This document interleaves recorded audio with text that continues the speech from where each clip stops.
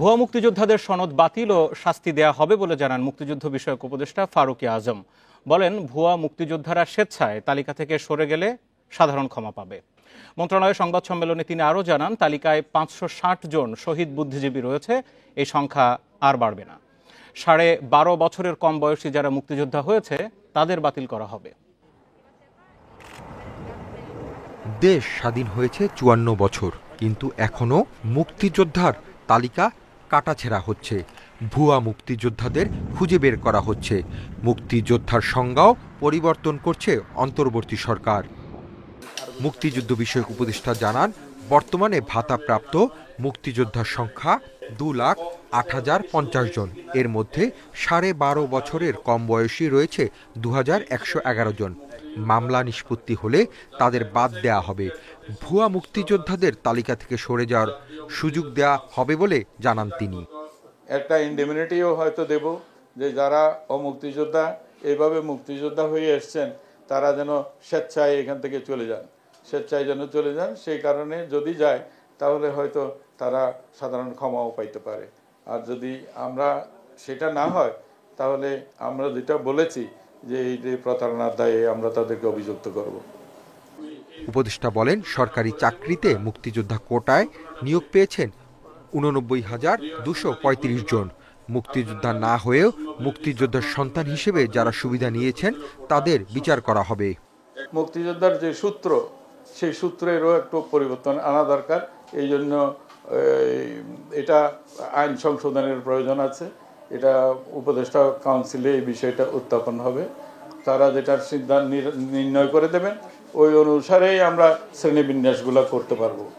এক প্রশ্নের জবাবে মুক্তিযুদ্ধ বিষয়ক উপদেষ্টা বলেন, বর্তমানে রাজাকারের তালিকা তৈরি করা সম্ভব নয়। রাজাকারের তালিকা করতে চাইলেও করা যাবে না। Asif Mahmud Shah, independent news, Dhaka. ভারতীয় আগ্রাসনের প্রতিবাদে বিএনপির লং মার্চ ব্রাহ্মণবাড়িয়ার আখাউড়া স্থলবন্দরে পৌঁছে সমাবেশের মধ্য দিয়ে শেষ হয়েছে। বিকেলে যুবদল, স্বেচ্ছাসেবক দল ও ছাত্র দলের উদ্যোগে লং মার্চটি ঢাকা থেকে নেতাকর্মীদের গাড়ি বহর নিয়ে ব্রাহ্মণবাড়িয়ার আখাউড়া স্থলবন্দর সীমান্তে পৌঁছায়। আখাউড়া স্থলবন্দর ট্রাক ইয়ার্ড মাঠে লং মার্চ শেষে দুপুরে 3টায় সমাবেশ করা হয়। লং মার্চে ব্রাহ্মণবাড়িয়া জেলা ছাড়াও আশপাশ থেকে নেতাকর্মীরা অংশ নেন। এর আগে নরসিংদীর মাধবদী, পাঁচদোনা, জেলখানা মোড়, ইটাখোলা, মর্যালা ও বারৈচা বাস স্ট্যান্ডে অবস্থান নেয় যুবদল, স্বেচ্ছাসেবক দল ও ছাত্র দলের নেতাকর্মীরা।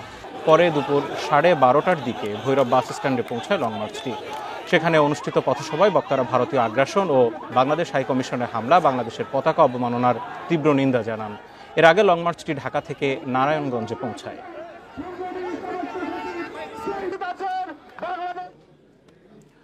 দেশের বিরুদ্ধে কেউ ষড়যন্ত্রের চেষ্টা করলে কঠোরভাবে প্রতিরোধের হুঁশিয়ারি দিয়েছেন অবসরপ্রাপ্ত পুলিশ সদস্যরা। তারা বলছেন, ভারত উস্কানিমূলক প্রচারের মাধ্যমে দেশে অস্থিতিশীল পরিস্থিতির চেষ্টা চালাচ্ছে, তা জনগণকে সাথে নিয়ে মোকাবেলা করা হবে। সকালে রাজধানীর রাজারবাগ পুলিশ লাইনের সামনে থেকে ভারতীয় আগ্রাসনের প্রতিবাদে এক বিক্ষোভ মিছিল করে অবসরপ্রাপ্ত পুলিশ অফিসার্স কল্যাণ সমিতি। মিছিলটি শান্তিনগর, কাকরাইল, সেগুনবাগিচা প্রদক্ষিণ করে প্রেস ক্লাবের সামনে গিয়ে শেষ হয়। মিছিল শেষে প্রেস ক্লাবের সামনে সমাবেশ করেন তারা। সেখানে বলেন, ধর্মকে ব্যবহার করে ভারত নানাভাবে উস্কানি দিচ্ছে। এদেশের সব ধর্মের মানুষ ঐক্যবদ্ধ। দেশটির কোনো ষড়যন্ত্র আর কাজে আসবে না বলেও হুঁশিয়ারি দেন বক্তারা।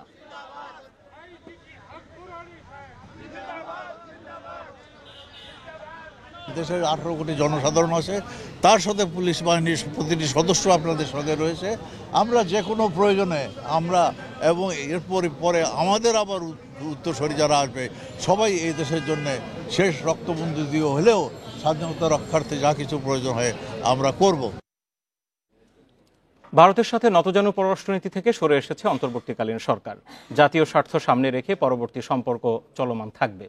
কুমিল্লার পল্লী উন্নয়ন একাডেমি বার্ডের লালমাই অডিটোরিয়ামে এসব কথা বলেন স্থানীয় সরকার, পল্লী উন্নয়ন ও সমবায় উপদেষ্টা আসিফ মাহমুদ সজীব ভূঁইয়া। প্রধান উপদেষ্টার সাথে ভারতের পররাষ্ট্র সচিবের সাক্ষাতের বিষয়ে তিনি বলেন, শেখ হাসিনাকে ফেরত দেয়া এবং তিনি যেন ভারত থেকে বিদ্বেষমূলক বক্তব্য প্রদান বন্ধ করেন সে বিষয়ে ভারতের পররাষ্ট্র সচিবকে বলা হয়েছে। ভোটার হালনাগাদ শেষ হলেই স্থানীয় সরকার নির্বাচনের কথা চিন্তা করা হবে বলেও জানান এলজিআরডি উপদেষ্টা। ভারতের সাথে এর আগে আমাদের যেই নতজানু পররাষ্ট্রনীতি ছিল সেটা থেকে আমরা অন্তর্বর্তীকালীন সরকার সরে এসেছি এবং আমাদের পরবর্তী সম্পর্কটা বা চলমান থাকবে আমাদের ন্যাশনাল ইন্টারেস্ট অর্থাৎ জাতীয় স্বার্থকে সামনে রেখেই, জাতীয় স্বার্থকে কম্প্রোমাইজ করে কোনো রিলেশনে আমরা ইন্টারন্যাশনাল রিলেশন আমরা বিশ্বাস করি না। শ্রমিক অসন্তোষের জেরে আশুলিয়ায় 12টি কারখানায় সাধারণ ছুটি ঘোষণা করেছে কর্তৃপক্ষ।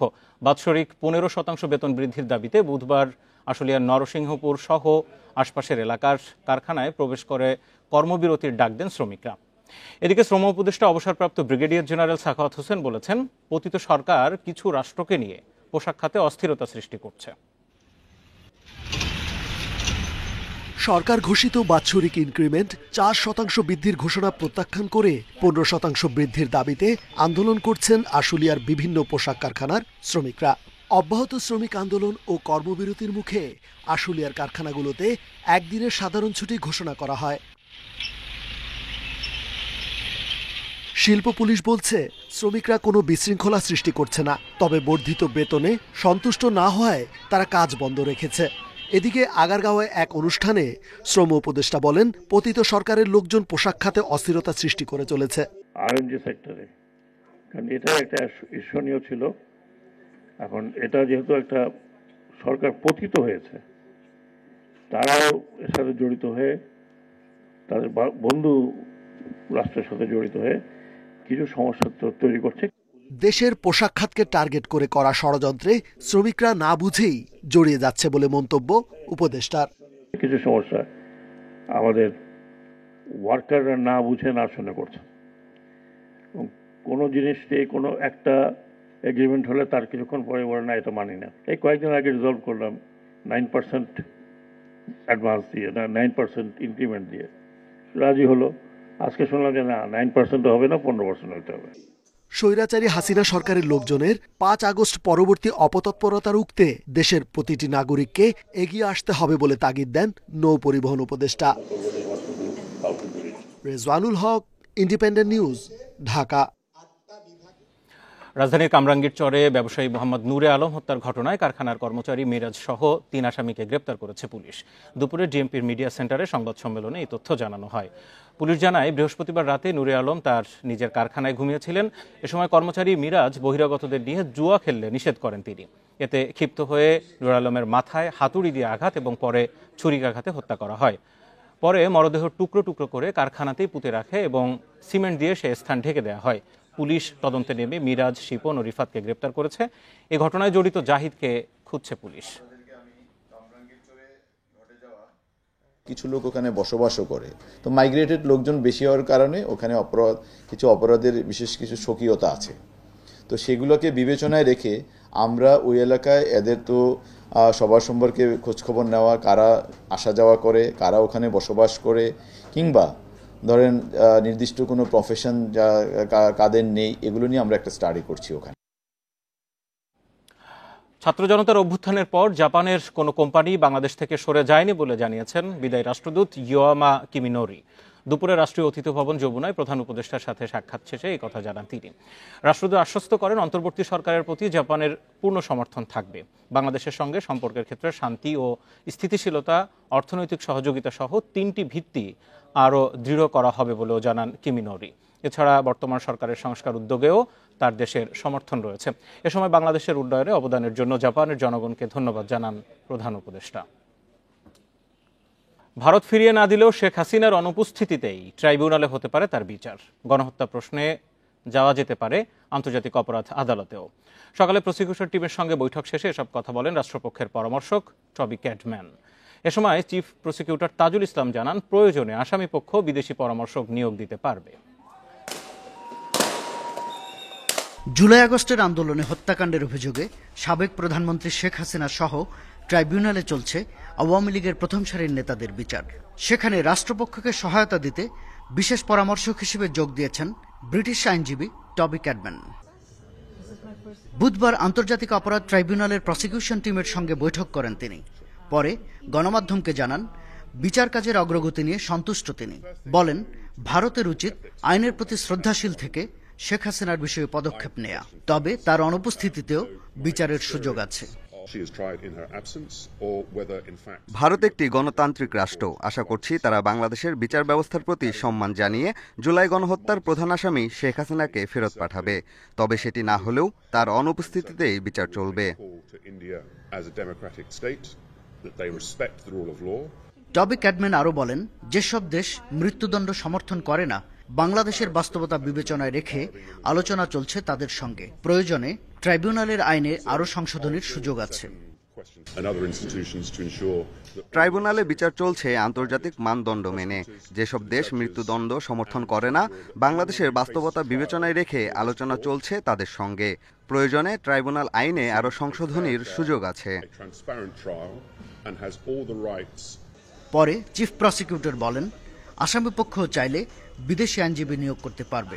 ফ্রি, ফেয়ার এবং ইম্পার্শিয়াল একটা ট্রায়াল যাতে হয়, আন্তর্জাতিক মহলের কাছে গ্রহণযোগ্য একটা বিচার হয়, সেই ব্যাপারে তিনি প্রসিকিউশন এজেন্সিকে তিনি অ্যাডভাইস করবেন, সহযোগিতা করবেন, যাতে দুনিয়ার কাছে একটা গ্রহণযোগ্য বিচার হিসাবে এটা প্রতিষ্ঠিত হয়। সেই ব্যাপারে তিনি সব ধরনের তার প্রচেষ্টা অব্যাহত রাখবেন। জুলাই আগস্ট হত্যাকাণ্ডের মামলায় শেখ হাসিনা, আওয়ামী লীগ সরকারের সাবেক এমপি মন্ত্রী সহ 50-এর বেশি নেতা, আমলা, সামরিক ও পুলিশ কর্মকর্তার বিরুদ্ধে পরোয়ানা জারি করে অনেককে গ্রেপ্তার দেখানো হয়েছে। শাহাদাত স্বপন, ইন্ডিপেন্ডেন্ট নিউজ, ঢাকা। জুলাই গণহত্যা ও মানবতা বিরোধী অপরাধের ন্যায় বিচার নিশ্চিতে ট্রাইব্যুনাল আইন সংশোধন এবং বিচারিক প্রক্রিয়া নিয়ে সন্তোষ জানিয়েছে তুরস্ক ভিত্তিক ইন্টারন্যাশনাল জুরিস্ট ইউনিয়নের প্রতিনিধি দল। একই সাথে আন্তর্জাতিক মানদণ্ড বজায় রাখতে সহযোগিতার আশ্বাস দিয়েছেন তারা। দুপুরে আন্তর্জাতিক অপরাধ ট্রাইব্যুনাল পরিদর্শনের সময় প্রসিকিউশন টিমের সাথে বৈঠকে এই কথা জানান। এর আগে ট্রাইব্যুনালের 3 বিচারপতির সাথে সাক্ষাৎ করেন 15 সদস্যের এই প্রতিনিধি দল। প্রসিকিউটররা জানান, তুরস্কের প্রতিনিধি দলে যারা রয়েছেন তাদের আন্তর্জাতিক অপরাধ আদালতে বিভিন্ন মামলা পরিচালনার দীর্ঘ অভিজ্ঞতা রয়েছে। আওয়ামী লীগ সরকারের সময় জামায়াত নেতাদের বিচার নিয়ে প্রশ্ন তোলে এরদোগান সরকার। তখন তুর্কি সরকারের পক্ষ থেকে বাংলাদেশ সফর করেছিলেন এই প্রতিনিধি দলের কয়েকজন, তবে তাদেরকে সে সময় ট্রাইব্যুনালে ঢুকতে দেওয়া হয়নি বলে অভিযোগ করা হয়।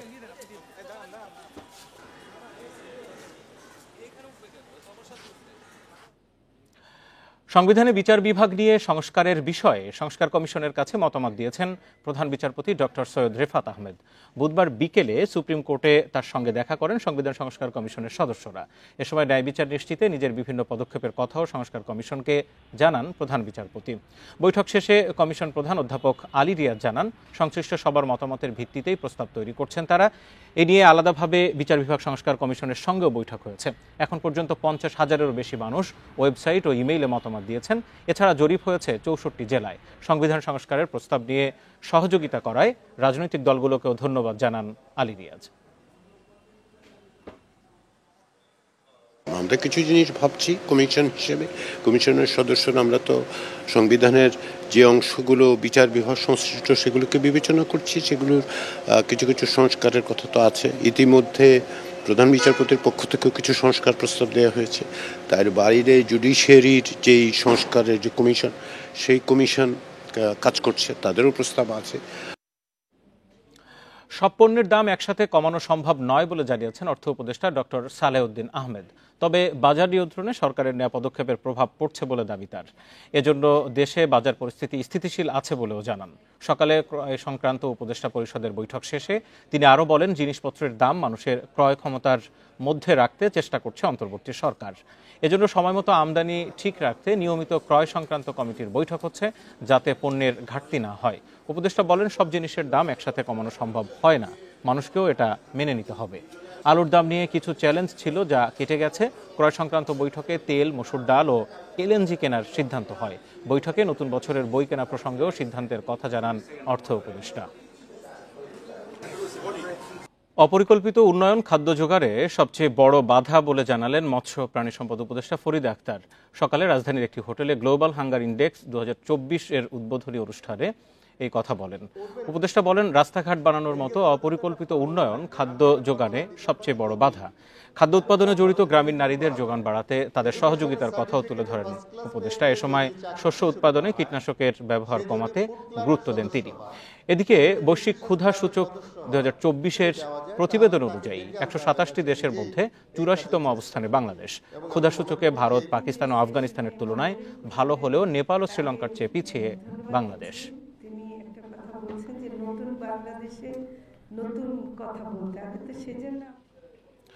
জুলাই আন্দোলনে আহতদের ৭৫% বিষণ্ণতায় ভুগছেন। এর মধ্যে ২৭.৩% ক্ষেত্রে এই রোগের মাত্রা তীব্র।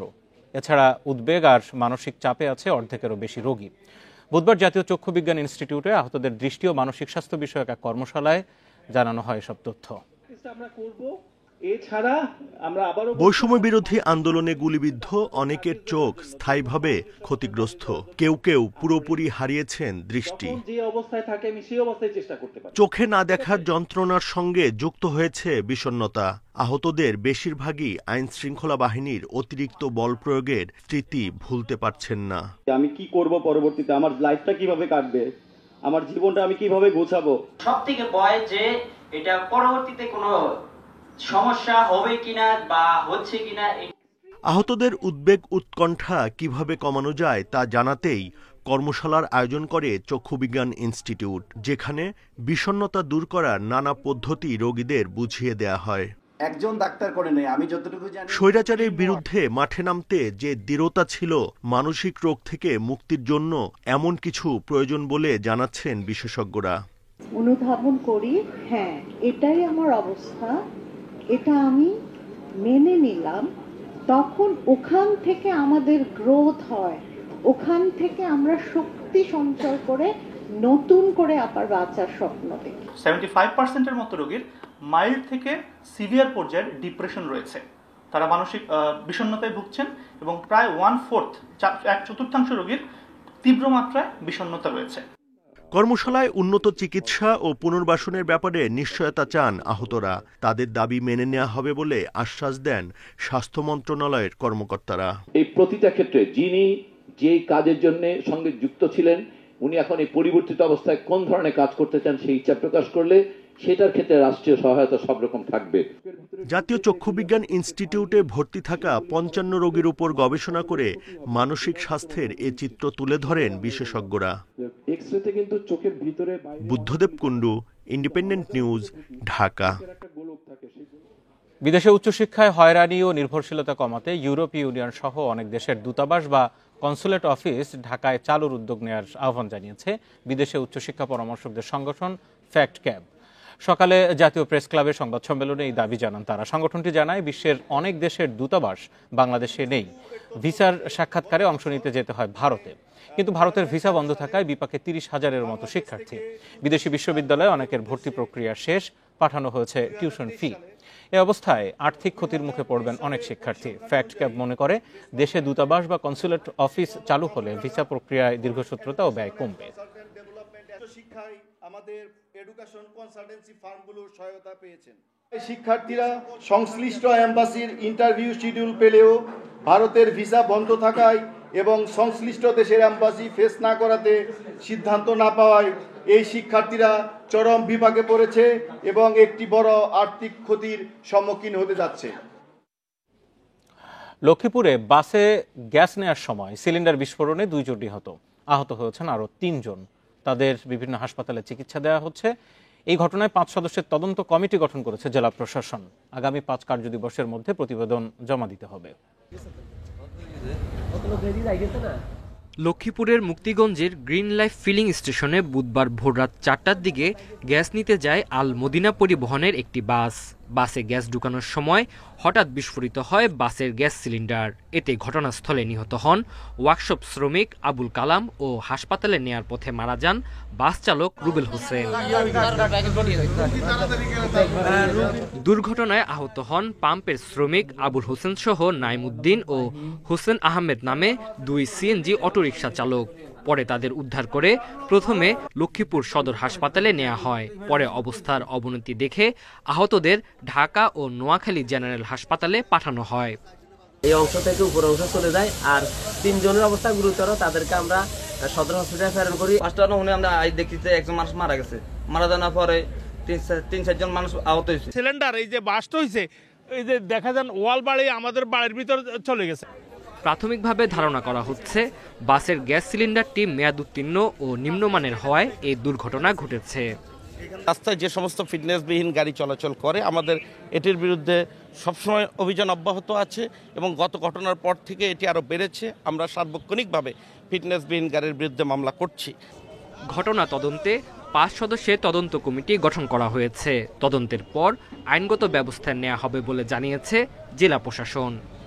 এই ধরনের দুর্ঘটনাটি কেন ঘটলো এটা আমরা আবার যাচাই বাছাই করে দেখব এবং দায়ী ব্যক্তি বা প্রতিষ্ঠান যারা পাওয়া যাবে তাদের বিরুদ্ধে প্রয়োজনীয় আইনানুগ ব্যবস্থা গ্রহণ করব। এর আগে গত 14 অক্টোবর রাতে একই পাম্পে মেঘনা পরিবহনের একটি বাসে গ্যাস নেওয়ার সময় সিলিন্ডার বিস্ফোরণে 3 জন নিহত হয়। 2 মাসের ব্যবধানে 2টি দুর্ঘটনায় 5 জন নিহত ও 23 জন আহত হয়েছে। Independent news. সংবাদ সন্ধ্যা আজ পর্যন্ত সাথে থাকার জন্য ধন্যবাদ। ফেসবুক, ইউটিউব আর এক্স আরও রয়েছে বিস্তারিত খবর।